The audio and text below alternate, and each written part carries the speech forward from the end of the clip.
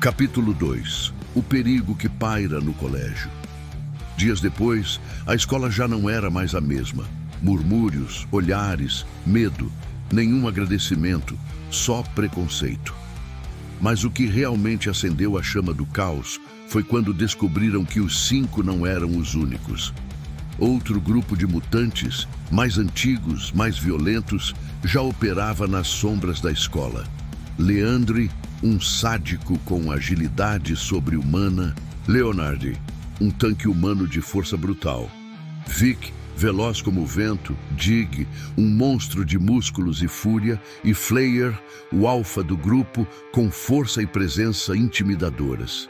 Eles não queriam justiça, queriam poder.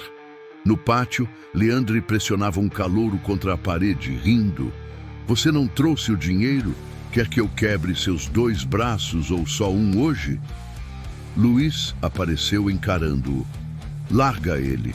Leandre riu. Olha só, o paladino da espada de luz. Axel veio logo atrás, olhos brilhando em vermelho. Você tem 2 segundos para sair daí. Mas antes que a luta explodisse, os outros 4 companheiros de Leandre chegaram. Flyer cruzou os braços e, com um olhar cínico juntamente com um sorriso, ele diz: querem mesmo enfrentar a gente aqui e agora?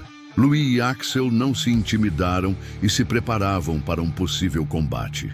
Nesse momento, Link, Romy e Andy chegaram, formando uma linha de frente com seus amigos.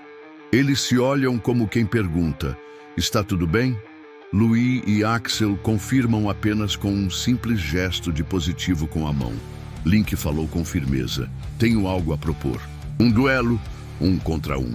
Quem vencer mais lutas decide o futuro desta escola. Flyer deu um passo à frente. E se recusarmos? Link não hesitou. Nós iremos. E aí, vão mesmo amarelar? Silêncio. Os alunos começaram a se reunir ao redor. Um duelo estava sendo selado. 5 contra 5. O destino da escola em jogo. Continua.